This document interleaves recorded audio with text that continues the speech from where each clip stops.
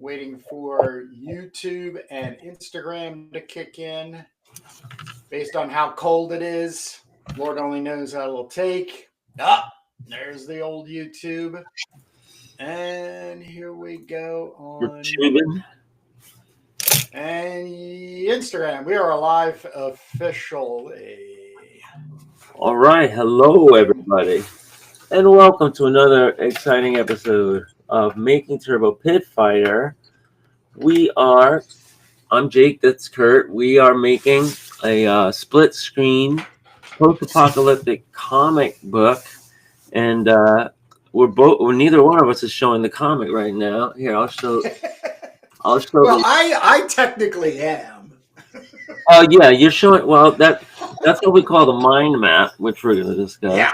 I hit you with that late last week. Yeah.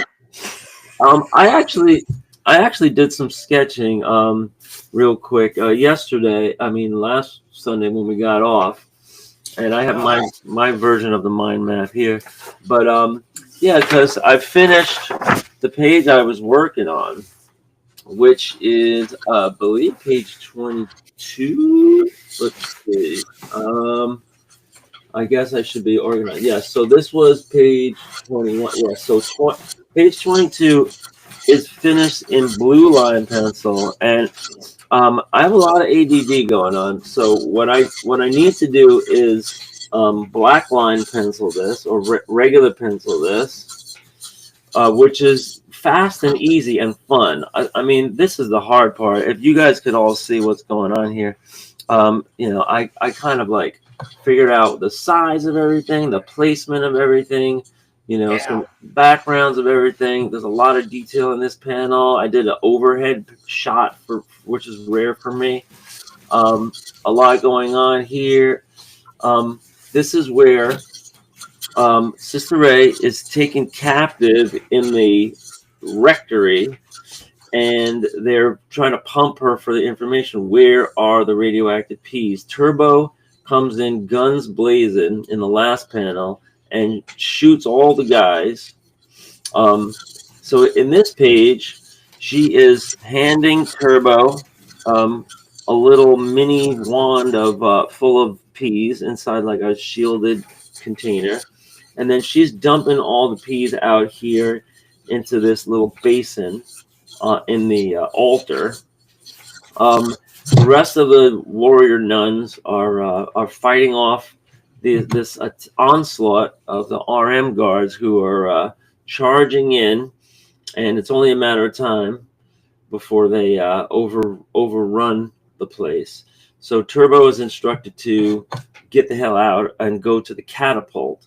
So here Turbo's kicking out the window, and here Turbo is hightailing it, still shooting lots of people, and she's going to meet Siobhan up here on the top of the hill. She's going to run up this stairway.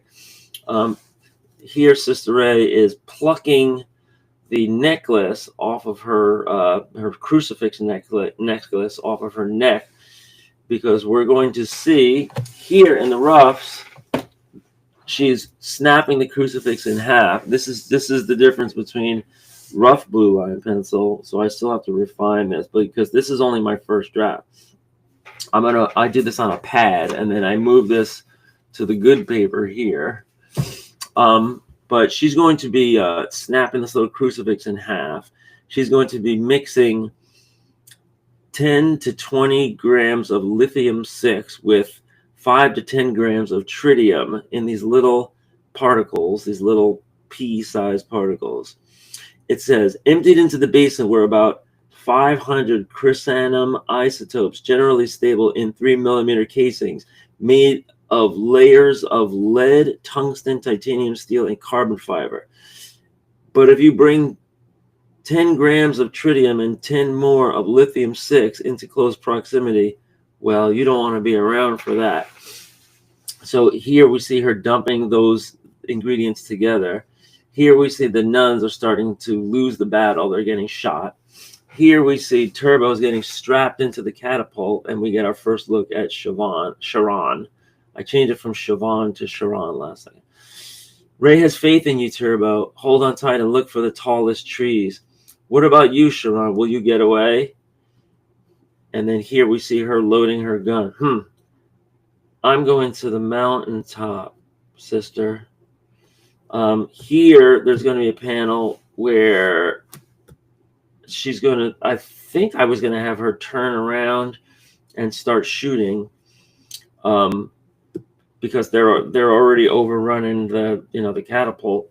And then here, we're going to see Sister Ray back in the chancel, and here she's got all of these rods up above her head, and it's a shootout, kablam, kapow, kablam, kapow. And we also see that the basin is starting to irradiate because the peas are in close proximity to the catalyst peas. I have some notes here. Plutonium-238, long-lasting power for radioisotope thermoelectric generators. Health risk, mostly to inhale or internal. Strontium-90, beta rays are more penetrating. So I did my little research on AI with the radioactive elements, which I've done before, but I forgot. So we're going to activate this with tritium, highly reactive. We're going to ignore uranium and plutonium for now. They are fissile, but the toxicity spreads. Yeah, radioactivity is pretty dangerous in real life. The last part here that I haven't drawn is that she's going to swat these rods down like Wolverine, and then that impact is going to cause the chain reaction, and everything's going to go sky high. So that I did all that after our episode last week. So I felt like I made some progress, and so I put that up here, and then I send you the mind map. Here are my notes, and I was translating because this little these are my rough notes, my thumbnails, and this is really hard to see what I was trying to tell myself. I have the thing where she cuts the crucifix open and that she's swatting the things, but I didn't have a box in here. I just had some written notes in here. So it's kind of fun. I get to put a new box in to kind of like help the action along, explain what's going on. And that's good when you're up against the wall here because you want things to be clear. So I'll do that. And then we're going to see here on the next page is when the explosion happens and she's catapulted. So that's going to be page 24. We're moving along. And I don't know why I just numbered this page 22. Is that actually page 22? This is 23. Yeah, okay, that all makes sense. Yeah, so I'm good. So now I can have a little fun, and I'm going to be penciling this Chromita 2-pager, which I think we explained last episode, so I won't belabor. How about you? You are working on issue 1. Yeah, issue 1, page 13, third Turbo teaser / Turbo anthology, which is, if you're just coming in, head back a couple episodes to where Alex Turbin joins us. And we're making our way through this. We're only meeting every Sunday, Jake and I. So, we still have things to talk about and discuss and how we're going to do this and that. And right now, the 2-pager that you're penciling, which I'll end up inking, will go to Alex Turbin for Funk Anthology. issue 2. Yeah, anthology. Just depending on how that all works out. Getting all the fellas together. Yeah. Yeah, that's going to be fun. It is a kind of a stop, kind of like an ADD stopover for us because, we every time we're not working on Turbo, we're delaying things. But like I said, I did a bunch of catch up last week, so I feel like I'm in good shape. Yeah. I'm just gonna be penciling this last panel here where Chromita is facing all of these abducted girls. But yeah, a couple of things I wanted to mention. So we saw some Netflix and some movies since last week. I found this weird thing called Oat Studios, and Yeah, it might. I've seen him. Oh, you've seen those? Yeah. Okay. Uh-huh. I don't have a graphic of that, so let me let me hold off on that till I get a graphic of that. But here's one thing. Okay, I had the whole thing preloaded, but every time this thing goes to sleep. All right, so here's this animation I found on Netflix because I'm always looking for good animation, and I don't know if this Don't is the, it? yeah, it's coming, it's loading up. Let's. When I was a Hey, kid, guys. me and my sister, we played a game where we pretended to chase monsters away. And this is all dark, so you can't see that. There we go, and you can see my face here. So this is a Netflix animated series that has multiple seasons posted online, Monster showed up. and this is an What's it called? example. This is an example of the. What's it called? It's called Arcane. Yeah. That's what I thought it was. So it's an interesting blend. It's kind of anime-ish here and there, but not 100%. And they have these computer-generated backgrounds and kind of like robots and mechanical things. And they have a story here. A bunch of youthful brigands are on the run, and they're burglars and criminals and everything in this kind of like hellish landscape where there's rich and poor sections. So I don't know. I was just watching it, but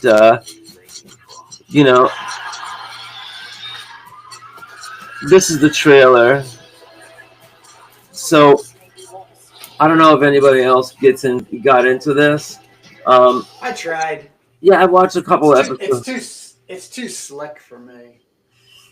Yeah, I don't know. It Disney just, slick. there was something. There was something that drew me in just to watch. Like high production value animation. But then, the story didn't really grab you. It's like you wish there would have been a tie-in to a comic or something. So slow.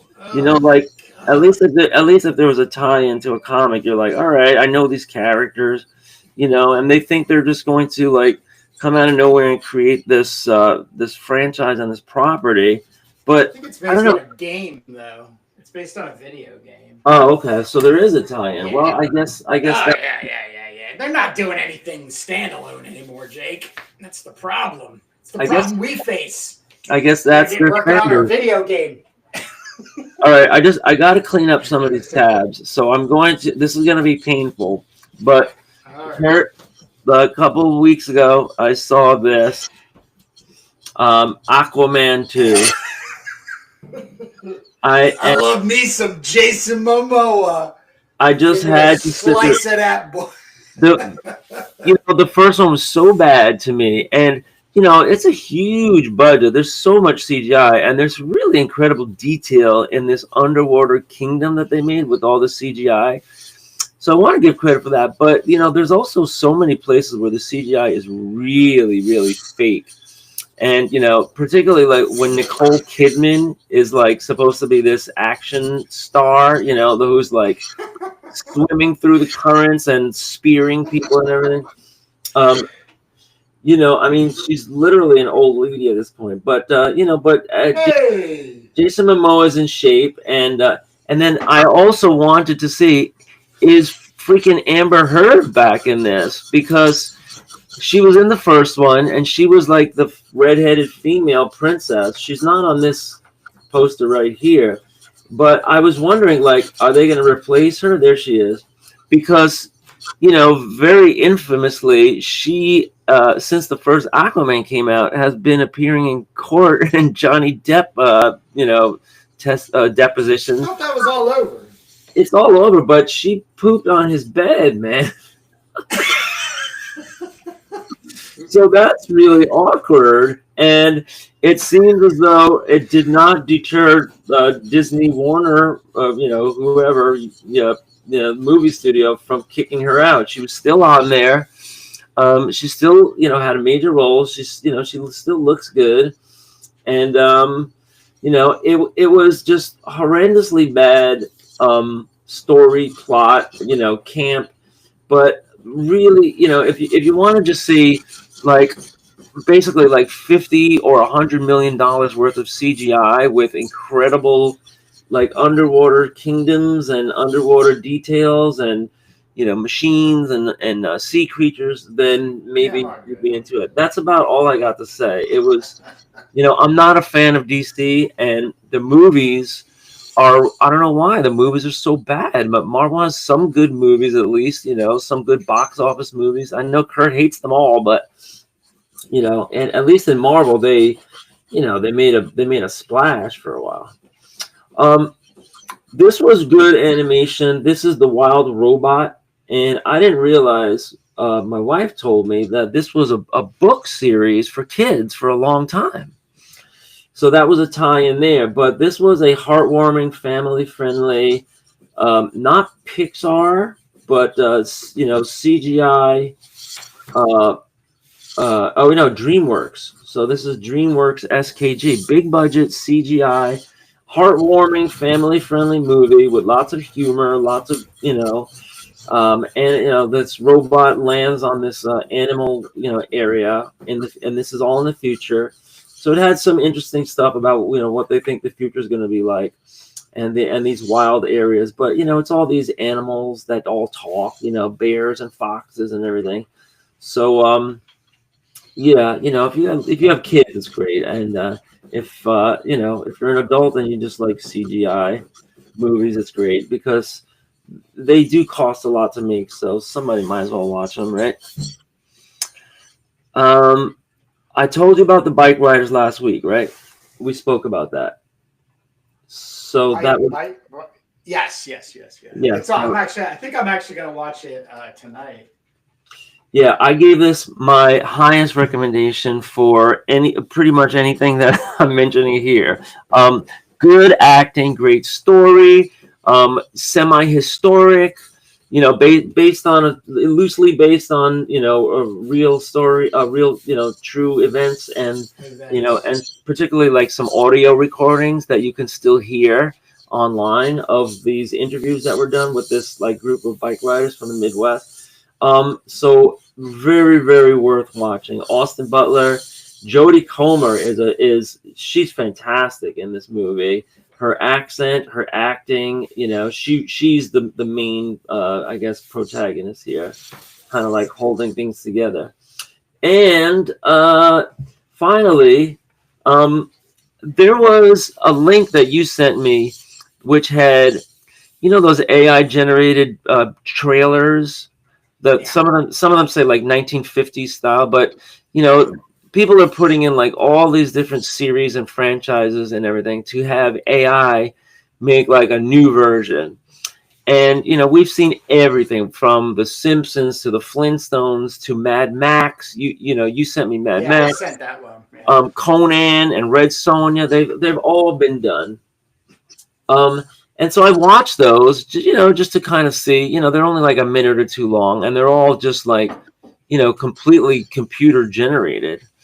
But I found this one after you sent me the Mad Max one, which had a lot of cool visuals, some real stunning, like, wasteland visuals. I found this one where somebody took clips from Fury Road, apparently, and put it and use this cartoonized filter to make a great style of animation.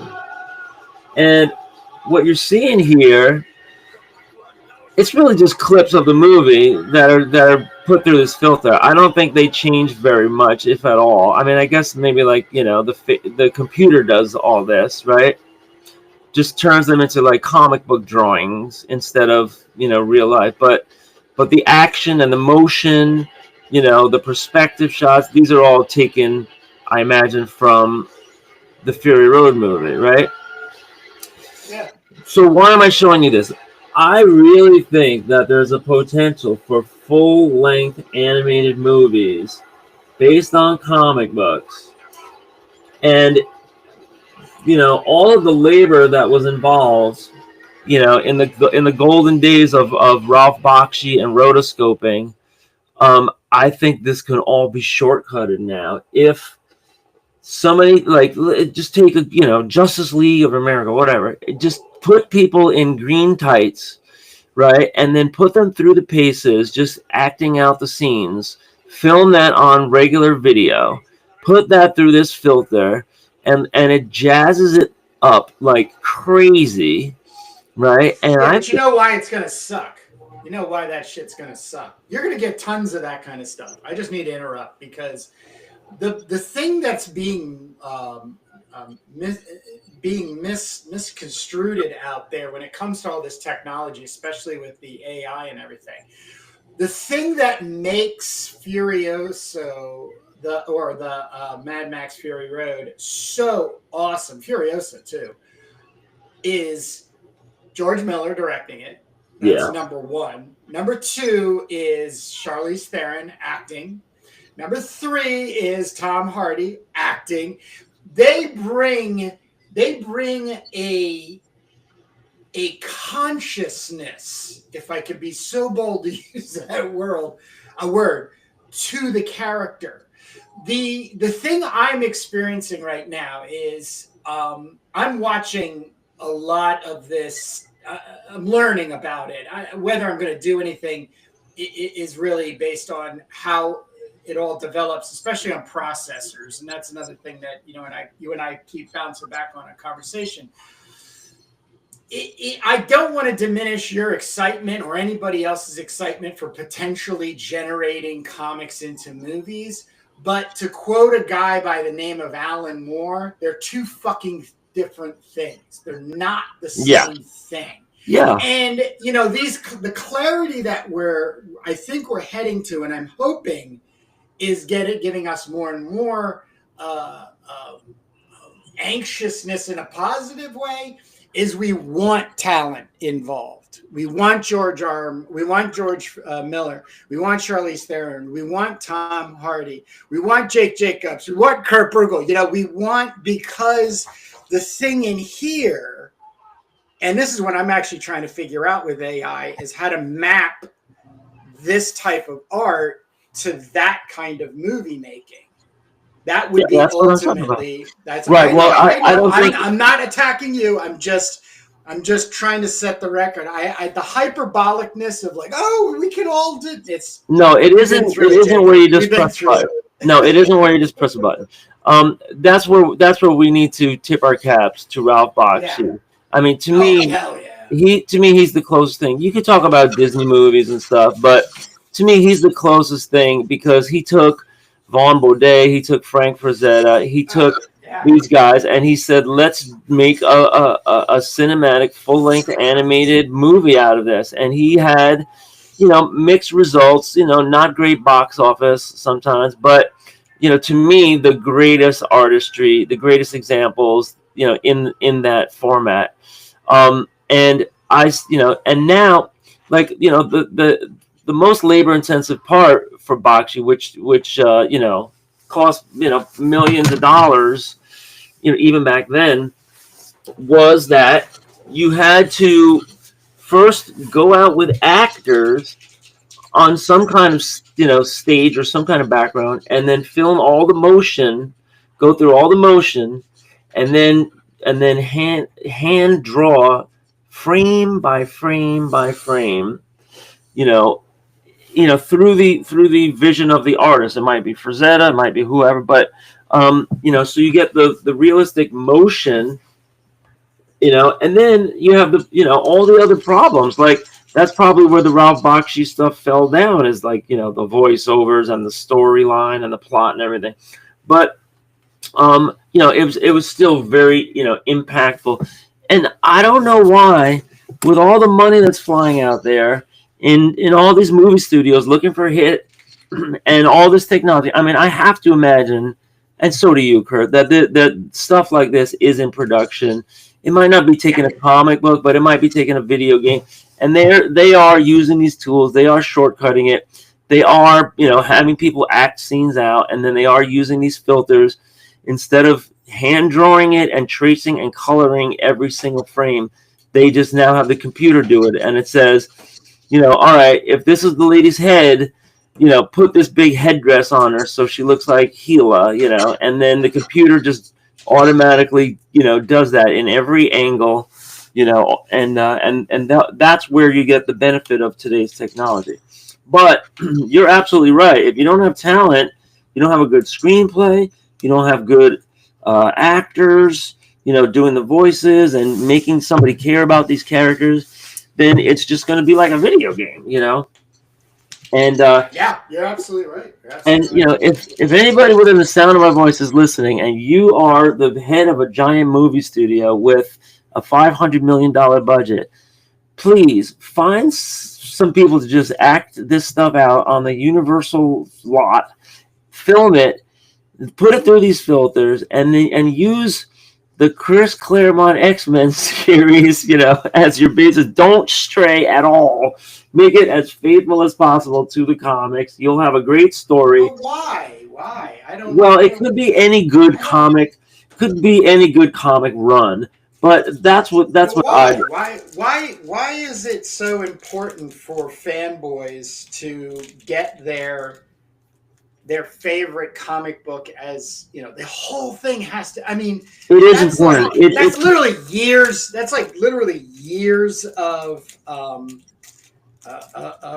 watch time. Like you would end. I don't know. I just don't. It is important. If you've seen movies like Detroit Rock City, all they are doing is trying to bring Kiss to another generation, right? So they have this story where they have these like teen actors, just like a John Hughes movie, and they're on this road trip to go see Kiss live, and that's the quest, and all these shenanigans ensue and everything. But at the end, there's like a phenomenal 10-minute scene of a Kiss concert at the end, and so that everybody in this generation realizes, wow, this was a phenomenon back in the 70s, and people would tear off their right arm, to go to a Kiss concert, and this is all Kiss promoting themselves, obviously, but that's what you got to do for these Marvel storylines, otherwise they fade into obscurity. And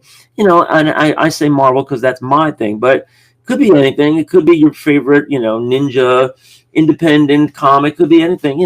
I mean, that's the big gamble that the movie studio has to take, is you're licensing a property, or you're getting in bed with a creator or whatever. And but if it's an established property, then you get a lot of built-in fans coming just to see that, just to see how it's adapted, and then whatever you make out of it, you're staking your own millions of dollars on your ability to turn that into monetizing. It's quite interesting. It's going to be quite interesting, and I still think there's a ton of people out there that absolutely abhorred anything being AI generated, and I think it's only going to expand. I think that's one of the issues the money investors are going to have, is that unless you can counterbalance or counteract the feeling that's so deep inside people now, because every time we watch something that's been purely AI generated, like even that Fury Road, that's purely generated AI. It's based on a real film, which there's nothing wrong with that film for it to have to be generated into some sort of like animated game, video game type of thing. But yeah, young people and trying to get them wrangled in and everything's there. But I run across more people talking about like it's all so far away, and I think even the advantages we're hoping for right now, they're just not going to be there. Because like the biggest thing I'm struggling with AI, and this is number one struggle I have with it, is processors. Having a computer be able to do what you want it to do, especially when it comes to animating or high-res generation of images or whatever it is that you are trying to do, you need a good $5,000 to $10,000 machine, and this isn't laptop. Yeah, if you're going to do that all day every day, if you're going to do that all day every day as a business, if you just need, I mean, obviously ChatGPT, you just hit a button and you're done. It takes 20 seconds.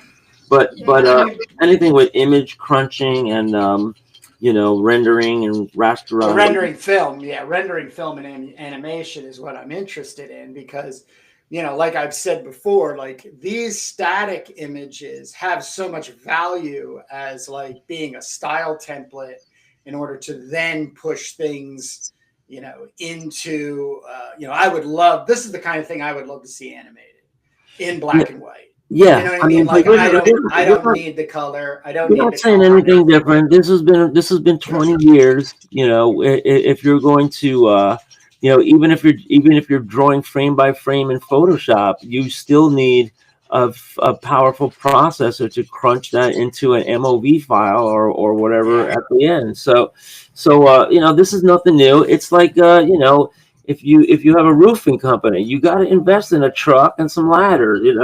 So that's all par for the course. It's just the tools are changing, and you have to, we bring it up a lot. At least I do. I mean, we made a pretty damn big jump from like 1998 to 2000 when we taught ourselves how to do flash animation with that was a big flash. That was a big deal. That was a big vector-based graphics really comes to the desktop. We were making long distance phone calls at like $16 to $30 a pop sometimes, just to try to get each other to understand something that neither one of us was having a good time doing it. You know what I mean? You just gave me a flashback of nightmares. Right? MCI internet. What was it? MCI. There was a phone company that was so bad, they would gouge you on the one end, and then they would mistakenly. They once mistakenly credited me $1,500, and I couldn't. Nice. I couldn't get anybody on the line to tell them.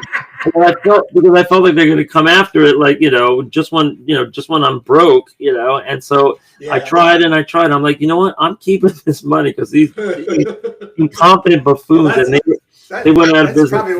That's probably why you called me so much then. Yeah. With the credit. Yeah, if people are listening, like you used to have to pay like by the minute. Like 25 cents a minute or whatever it was to call somebody out of state. What a ridiculous thing. Yeah, you could just text somebody across the world for free. All right, so let's keep this episode moving, Kurt. Kurt, you know that I received these in the mail recently, right? Yeah. Those look sweet. So at some point we got to start like bundling these with a, if you buy a comic or something. I would hate for somebody to buy a comic. How many did you get? I think I ordered 200. Oh, okay. Yeah. Send them to me with the 2 pages, the 2. I'll send you a little starter pack. And so that's cool. These are really good, actually. They're waterproof and they're kind of heavy duty. So I only used one on my laptop, and it's great. They're so sticky, and I'm going to try to put them up on signposts and stuff. Like those street art guys that have those like stickers, Shepherd Ferry, and I don't know, there's a guy around here that they used to have Andre the Giant. It's kind of like a graffiti thing, but I'm gonna be sticking those up. If you go to Brooklyn, they like every doorway is all graffitied up, and between tags and stickers. So I'm gonna be putting some around. What else? So you wanted to talk about the potential of PDFs, right? Yes, I did. Yeah, selling a PDF of the second Turbo Teaser. Right, which is something that we could do right now. But once you put that, digital, like we all know, nobody's a fool. If we sell somebody a physical copy, all they got to do is just scan each page, bundle them into a PDF, hit save. And they could be pirating, bootlegging, illegally sharing, whatever. So the question is, do creators want to get ahead of the game and sell digital copies themselves? Maybe someone say, well, all the trouble of scanning all the pages on, but just pay the guys the $3 or whatever they charge, and just have it, get it right from the originator. So what was your proposal? I just want to, yeah, exactly where you're going right now is what we need to just be prepared. The biggest reason I'm bringing it up is because, and let me just grab one here, just to show everybody what we're talking about, is that, right now, and we just sold one through our Doom Mags Substack, and that's obviously it's a good thing. We're making no money on this. We trade more for our indie creator exchange program. It's only 12 pages. It has this. It will have this. What do they call it? Value, if you will, 100 years down the road, where people were like, yeah, when those two nut jobs were trying to make a comic book every Sunday for 3 years, they were putting out these turbo teasers, but there were only like 50 each that were put out, blah, blah, blah, blah. Right. When people are fighting each other to get into our museum and our amusement park, they'll have somebody that has a copy of this. They'll be like, do you have the Kurt? Do you have the Kurt Hole print, or do you have the Jake Dwalsey print? But putting this together, the thought keeps coming back is that because we're heading off into this next teaser phase, which will be the next 6 pages, it will not include the first 2. Once I sell out of these will be gone physically.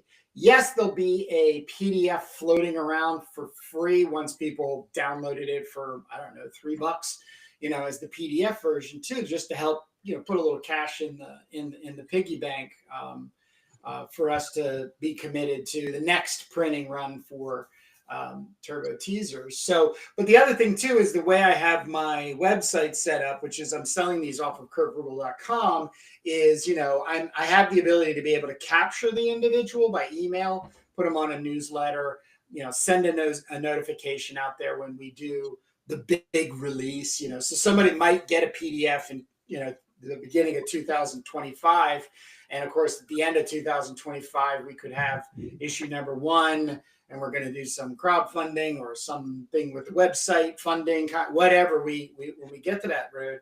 But, they would get 6 to 8 months, maybe a year later, an email going, oh, shit, that's right, those guys. You know what I mean? Because I think it's something people, artists specifically, just don't completely positively digest is we are all fighting for attention, and the trigger of success is based on if you can trigger dopamine. So if somebody sees this and goes, "Oh shit, that's so fucking cool, yeah, blah blah blah blah," then you can start building a true following, which is then something that could financially support you. We're going about it in the most we're not really monetizing yet. Elaborate. Oh yeah, well, there's nothing monetized about us right now. We are early.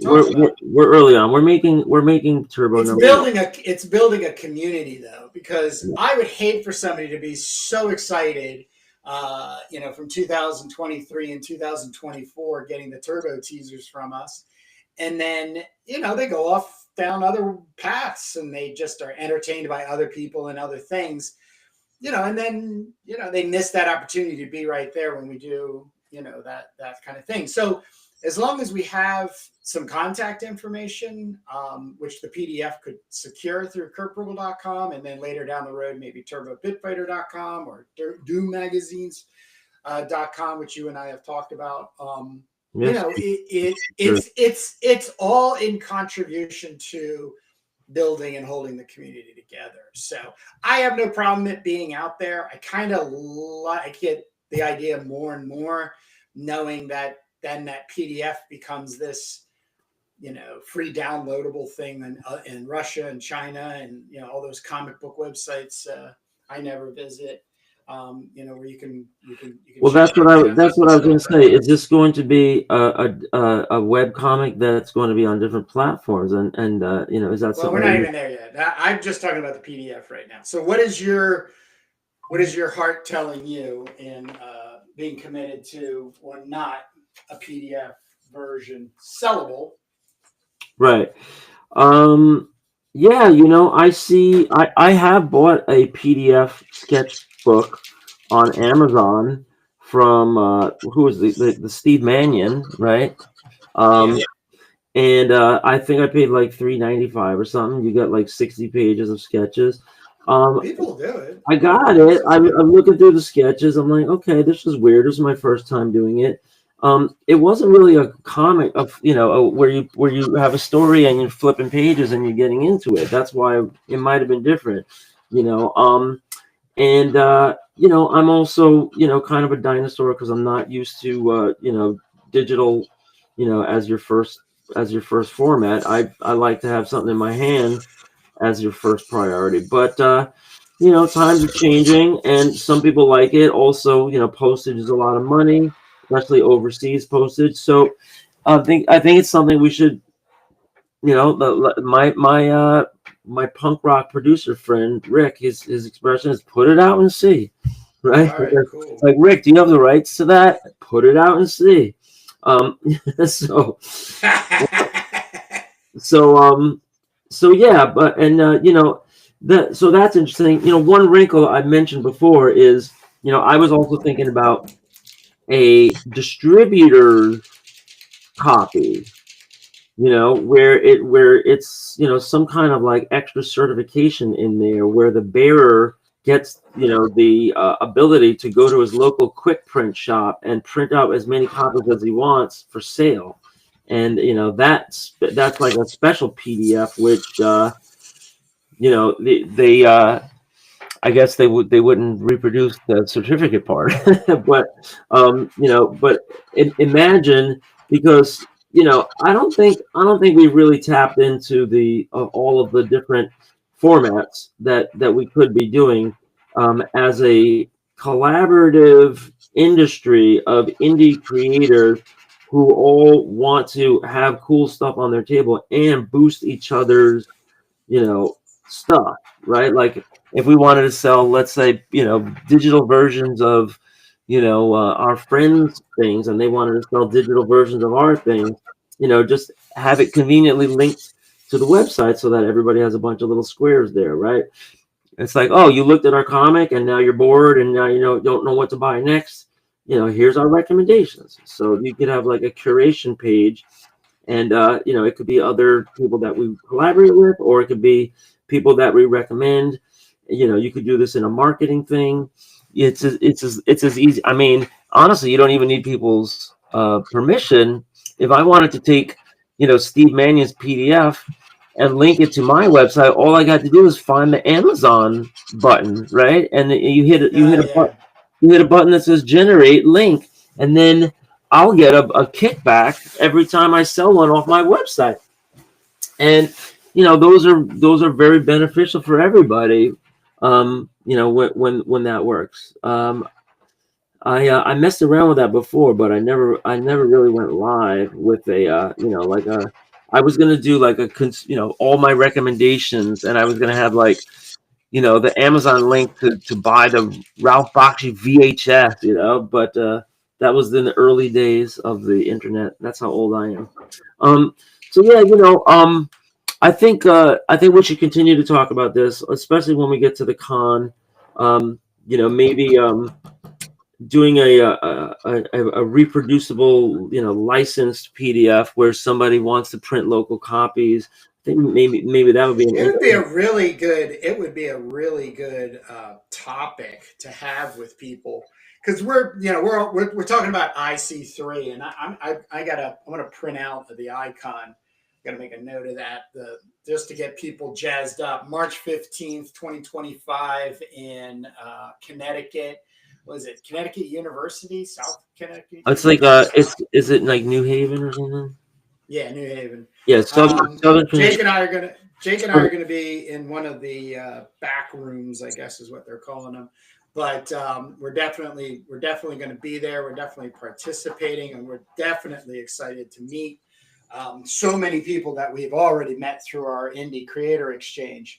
But I think topically, you know me, I've kind of lost a lot of my fun-loving guy attitude, you know, and I get super businessy and savvy about, you know, hey, what can we do to improve our standards as being creatives, you know, monetarily? And I am 100% 1 through 10 right now, down the rabbit hole for building and maintaining honest and integral communities. So between Turbo Pit Fighter and Crom the Barbarian, you know, that's what the majority of my time, other than the clients that I have, which I'm also getting convinced, you know, to do something to build community. You know, if you get 100 or two people that just really dig coming to see you once a week, or, you know, whatever period of time, you know, a Sunday from 10 to 2 or whatever it is, you know, oh, they're building that Turbo comic. Yeah, keep going,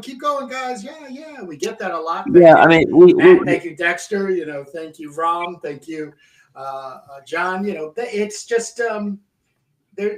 You can't fail once you have that kind of integrity built in. I am very anti build it and they will come. You know, where's that? You know, I say to myself then following is like, well, where's the shelf? Nobody knows where the hell that shelf is. But enough about marketing.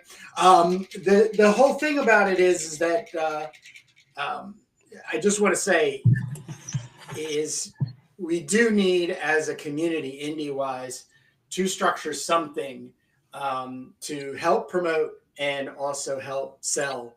And I've been doing that. I did that with Crom.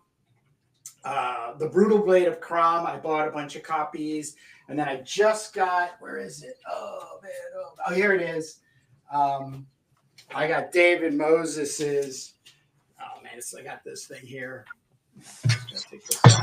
I got copies from him to put on Crom the Barbarian. So when you come to Crom the Barbarian and you're checking things out, and you're like, well, I already have a Crom.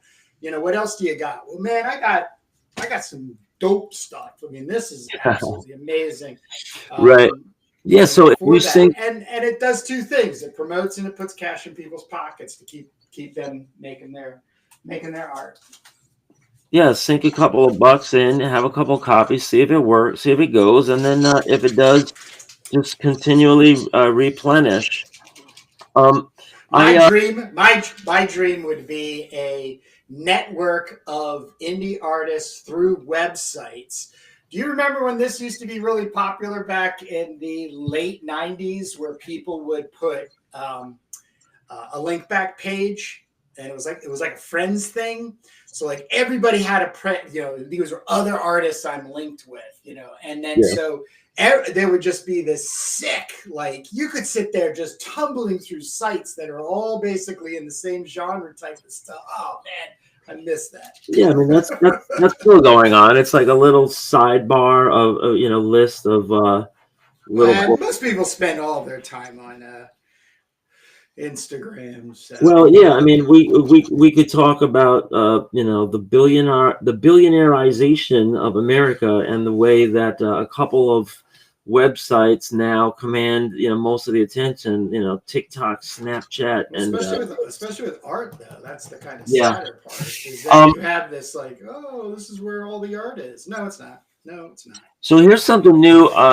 I have on my rundown to check out. I'm just clearing all my notes for this episode. Because I have some announcements also. Check this out. So we've all heard of Kickstarter and Indiegogo, but have we heard of inkfair.org?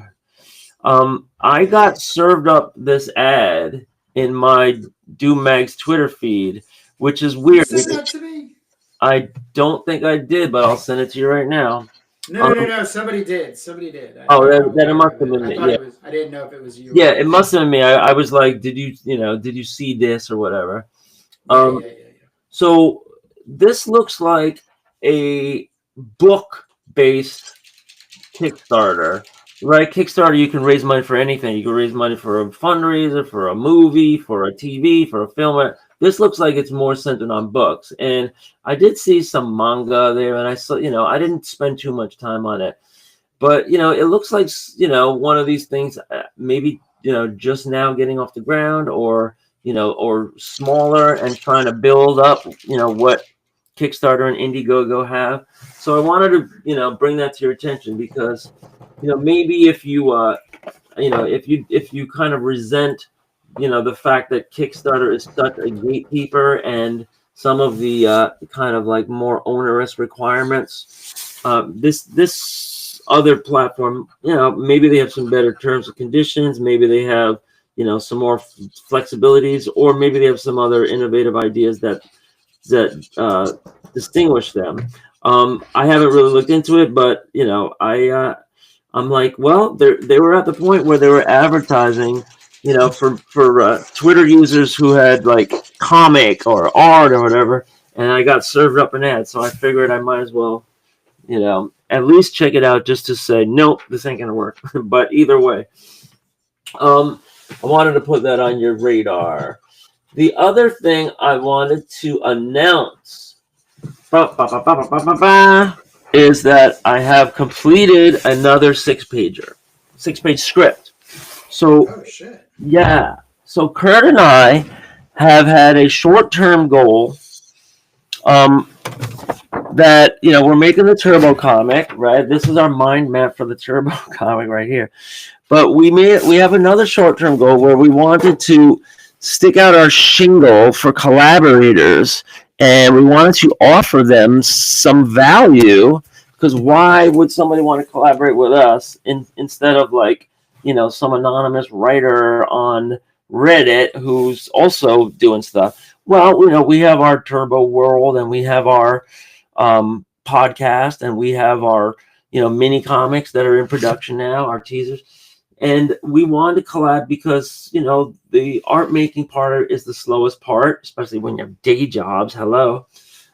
But I took the Weeloo story, which was already published in 3 chapters on our Substack, kind of like installments with text and illustrations of this cool kind of like sci-fi storyline.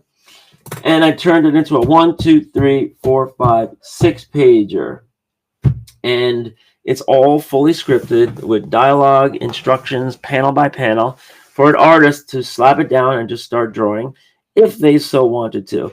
And this marks our second 6-pager, which is in the can because we already have The Company Man, which is a previous one featuring Pitch Blend, one of Elevena's 5 Super Squadron female, in a solo adventure that's tied into a father and daughter, a kidnapping plot, the guy being forced to take part in criminal activity on behalf of the billionaire D. Huberden family, a trillionaire D. Huberden family.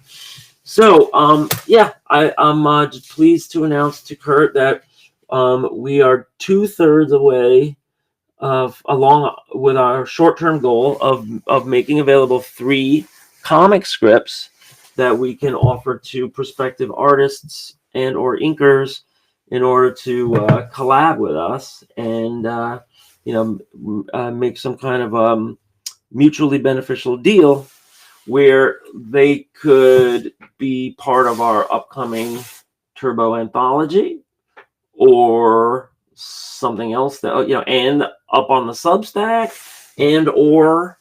other things for the future, be part of our future treasury compendium and our omnibus package, everything possible down the line. But for now it's just little things. A 6-pager is really cute. You can put it in an anthology with 1 other 6-pager, 2 other 6-pagers, 3 other 6-pagers. You have a lot of flexibility. It's plugging your art, your story. It's it's giving the artist exposure. It's giving the world some exposure. So I think those are all kind of like win-win arrangements for people on our level, which is somewhere between amateur, semi-pro, and pluggers away, let's say. So I'm just started working on my second of 3 for Crom. And you and I were able to sit down and record an editing session. And so that'll we be did that last week. Yeah. cromthebarbarian.com. But the thing I have right now, and I don't want to place this on you, I'm just talking from my own side of the place, is that these are going to be scripts that will be launched for free for anybody to come to kurtbrugel.com and download them and then work on them. The thing is that the first question a lot of people are going to have is like, well, how are you going to pick, quote unquote, the best script? Are you going to, how is it that my version of that free script is going to get differentiated from somebody else's work and see publication? So there's 2 quick answers. The first answer is that we want you to publish your own version of it. That's right. And this is from, like I said, if you have to chime in about which you would get a limited license for Turbo Pit Fighter. I want people to number 2, take the script and leap from there and really engage the characters, the world, the sword and sorcery as comics and all that kind of thing. So I'm not putting it into a because I've been getting a lot of emails lately about being a part of the Crom anthology. Is there time? How do I get in? These types of things, which I'm working on. Putting more consolidated information out there. But the idea really is to get people off their asses and start scratching on some pieces of paper and start pushing around some stuff. Because the ultimate thing that I'm anticipating is somebody else's point of view towards the characters and the situation in the scene. Because that always brings a refreshing quality to working on something every Sunday, as it is with Turbo Pit Fighter. But with Jake's specific 3 short stories, they are very integral pieces, like vignettes that you would have, in having a greater understanding and appreciation for the silly little post-apocalyptic world that Turbo Pit Fighter's just running around with Trophy Girl, having some smackdowns and all. Right. All these are stories. Good these stuff. Are stories that could take place. These are stories that could take place 100 years before, 30 years before, or whatever. They're all spin-off, subplot, side tale, and the offer is always, if anyone's listening, the offer's also there for writers. If you want to participate in this world instead of making your own world from scratch, maybe where you just want to try a collab for a change. But if you want to open up to this world, you could take a time period or a geographic area. You could say, hey, what's going to go on in the Turbo world in Sri Lanka? What's going to go on in the Turbo world? As all the billionaires are consolidating every industry and taking over the U.S. government in the year 2022. What happens in the year 22, 32, and what happens in the country Finland? What happens in et cetera, et cetera. And so there's also outer space, right? What happens? Are there going to be mining colonies? Are there going? There's a couple of do's and don'ts. There's going to be a Bible. The Bible is basically the Substack, everything that happens on the Substack. But after the Megapocalypse, everybody has veins on their faces, and that's unless you're a glower. So that's pretty. There's not too many rules. A lot can happen. We don't want to have like superheroes in there. But there could be fake superheroes, right? That could be part of the story, right? And there is going to be supernatural ability and enhancements and everything. That's all part of the story. So whatever you're into, it's like if you're into war comic, I don't know, is anybody into war comics anymore? I don't think Like World War II, is that what yeah, you're talking like Sergeant Fury. No, I guess not. But it's all like sci-fi war now, right? Like mechabots and Edge of Tomorrow and all that. about? Yeah. Well, whatever you're into, if you want to, if you think you need to be part of a team, we're offering free writing. We could also do custom writing for the right people. If it's mutually beneficial. And Kurt and I came up with this really interesting model, which I think some people are doing. I've seen, if you put in free scripts on social media platforms like Facebook or Reddit or something, you Oh can yeah.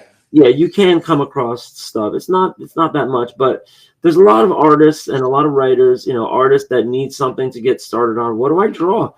And then there's a lot of writers that are trying to get their foot in the door and maybe try and make some connections and take one to give one. So that's basically what we're doing. But obviously, it's helping us if we're getting some decent content generated for our Turbo World, whether it's going to be on our Substack, which again we're not monetizing, right now, or if it's in our Turbo Anthology, which is going to cost us probably more to print and ship than it's going to generate. Then feel free to join in. And if you're really really good, then there's all kinds of upside potential because this is something that could stay in print for a long time. You could sell copies at your table, for your entire life, that kind of thing. It's just cumulative. And maybe it ends up in your coffee table book as a personal artist, whatever reasons we make art for. If you're doing this already, you're doing it for a reason. So it just feeds into the usual reasons why. Yeah, just one legal disclaimer that Jake and I have definitely agreed upon that we really do want people to understand. We're not giving you this world. There's a differentiation of being offered the opportunity to insert yourself into, and then whatever you make, you can monetize. But to claim something as yours, please just, if you're concerned about that, just stay away. I think that's I think that's common sense. I don't think there's anybody that's going. It is. I just want it out there. It's like we're doing a lot to really give things away, but we're not giving the whole thing away. Like, it's just for clarity's sake. Right. I mean, because I need to. We're building this thing up. We're still building it, up from the ground, and it is a couple of things at once. It's a comic, which could then be adapted to other formats, like of course, graphic novel. But it's also a Substack where there's a lot of writing, and that's something that Kurt totally encouraged me to do, and I took upon. I took up his offer, and I've been writing furiously. You should see how much I just put into the Peabot section like yesterday and last night. And when you go to get the next batch, you'll see.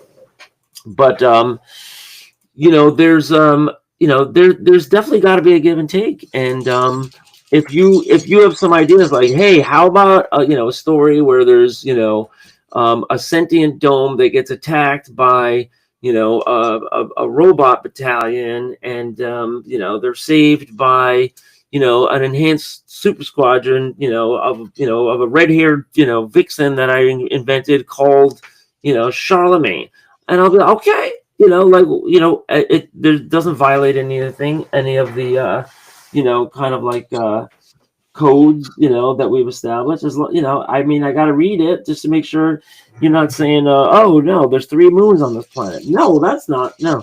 So it is pretty common sense, kind of like reasonable stuff. And I think there's a model there where the artists can take their copies of the art and exploit it any way they want, and make copies. Yeah, but the clarity also falls in between Turbo Pit Fighter and Crom the Barbarian. Crom the Barbarian is a public domain character that I am claiming no ownership of. I do claim the ownership of my work, But I even still, though, if you bought a copy of Crom Collected and you're milling through it, and especially one of the reasons I put together this big prose chunk of 35 pages plus some illustrations was to really entice and push people to get involved. And if you come up with your own version, especially the last part 7 is the crucial key to me taking Crom and pushing him into the dark brooding god that he'll become, that Conan Sumerian barbarian prays to. But Turbo Pit Fighter is actively being generated in creation by Jake and I on the Making a Turbo Pit Fighter. So, right, live every Sunday. Live every Sunday. Join us at 10-ish every Sunday. So we're at an hour. There's no, if you care to want to go at least a little longer, that's cool. I also want to take a stop here and thank any and all of those people right now in our YouTube chat, which is Dexter Jones, John Melita, Apex Comics. I know there's a couple other of you guys out there, gals too. This is exactly why Jake and I are doing this, is to set up this kind of place where people come in and hear the yammerings of us and what we're doing and what we would love to do. But also getting the great feedback and pondering questions from your side of the fence. Because I know 2 of you are creators, and John and Dexter I am working on Crom material with. But I just wanted to take a second and just say we've had about 6 people in our YouTube, and they've obviously I think a couple have migrated from Instagram, which I keep punching the button which says watch on YouTube. So forgive us if you're on YouTube. It's just because our Instagram feed, we wanted to put it on over there, but obviously you get this weird odd split screen between Jake and I. You can't really see the whole enchilada as you can here. So right. If you're watching, thank you guys. If you're watching on Instagram, we should have said it earlier on, but if you're watching on Instagram, you're only seeing these thin little slices, and you could really expand the frame if you go watch the same thing over on YouTube. Just click the link in the bio. So we forget to say that all the time in the beginning, but we're saying it here at the end for next time. Yeah, and if you want to interact, maybe we're talking about something and you guys are like, that's actually wrong. Send us a correction. If you're saying something like, "Oh, I have something to add to that," send us a comment. Send us an email, whatever. We have our community tab. Kurt will see anything and everything that's posted. Yep. So if you have a suggestion, I think you guys are making a big mistake, or whatever. You can take issue. Take issue with what we're saying. We'd like to hear the real people that are out there, especially if you're another indie creator. And that will also bring us to our plugs of our other channels. We have our Indie Creator Exchange. If you have something that you want to try to promote, you can submit it to Kurt and I, and we can see if we can schedule you onto a episode. We make a separate series called the Indie Creator Exchange. We send a copy of our Turbo Pit Fighter teaser, and we kind of review and flip through your stuff, and we ask about your history. And then our other channel is the Comics That Influence, which I love so much. I've been missing it. We're really stacked up with some Indie Creator Exchange interviews for a long time there at the end of it took off. The end of the fall. But getting back to just flip throughs of cool comics, I have a box here that I haven't even flipped through yet. So I have and I barely looked at the covers. I just bought them and I just stuffed them away. So so there's lots to look forward to there. One last thing that I think we were supposed to cover was this mind map. That's going to be the beginning of next Sunday, Jake. That'll be because once this is opened up to you, it's going to probably be a 2-hour episode. So yeah, and I wonder it would be great to get some feedback. I wonder if Kurt and I are discussing like all this stuff that's going on in the storyline. This is throughout the whole timeline, and then you don't get to Turbo till here at the very end. You know, when there's pit fights and there's the wasteland and there's Turbo and the trophy girl and stuff. So all this stuff happens here. You can see the Megapocalypse happens. So it's going to be interesting to me if we're talking about that and we're just riffing and people get into it because it's like these guys are playing in this world, but I just want to see the comic at the end. I don't want to hear about all the the stuff that goes into it. Or maybe it's like, wow, this is really how the sausage is made. This is interesting to me, and this character is interesting. Hey, can I take a look at one of those 6-pagers? Can I take a look at one of those scripts? A lot of different things might pop up. So we'll see. And we really don't know until somebody reaches out. And thanks to, those of you that have so far and all the people that we are collabing with. I've been seeing, Kurt, your stuff on social media with your split screen. Where you did one with Mr. Molina. You did one with Mr. Schoonover, right? Yep. Yeah, so it's a great format. So why don't you wrap us up, and then we'll get on to our next taping, which will not be live, but you guys will see it when it's posted, and get us some cool comics. Yeah, we are Jake and Kurt. You pretty much gave all the juicy bits about us as a community, which is really what's going on. Every day in our community tab on YouTube, I post a really insightful polling question. And man, I gotta say, man, there's been some really great responses. Even just checking yes or no or whatever the selections is, because it really does help us understand, who's coming by and who's staying with us, and what it is that they want, to see more of, or what they're not interested in. So, and I have to say, most of the people I align with. So, you got to do. You have to do one. We have, we still have to get back. We promised that we were going to do a special kind of like episode on. Oh yeah, that's right. All right, yeah. All of the musicians out there, right? Well, that's one thing I was thinking. Also, we were going to do an episode where we were going to go through the polling questions and just sort of like David Letterman our way through, like a couple dozen of them to that. So thank you for reminding me on that one. So maybe one day scheduled. Maybe one day we should look at our top 10 like traffic videos, right? You keep telling me like, hey Jake, we have this one that got like 10,000 views the other day. Right? Yeah. So maybe one day we'll go through our top videos and we'll try to figure out why they blew up. Our channel's growing. Our channel's definitely growing. So and I have a suggestion for a poll question. I have a suggestion for a poll question. Because I don't know if it's just me and you, but everybody we meet seems to be the same. Put on, do you think indie comic creators all have ADD? Put that. Right? I think that's a good question. I think I'm going to write that down. I'd like to see who doesn't. Yeah. So if anybody else has another suggestion for a poll question, it's just possibility to create a discussion, and they always stay there. So people, you can go through old poll questions if you want to, and if you something to add to one of them, feel free to start a comment. Bless you, Kurt, for you have seen. Thank you, sir. Yeah. I try to get to the. Bless you, my child. It didn't happen. Right, you got your sneeze. I got my sneeze button. I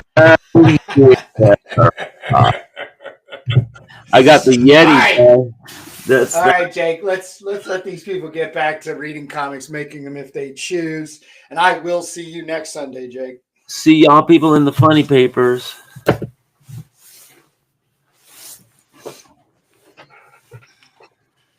It says keep Riverside open. Oh, that was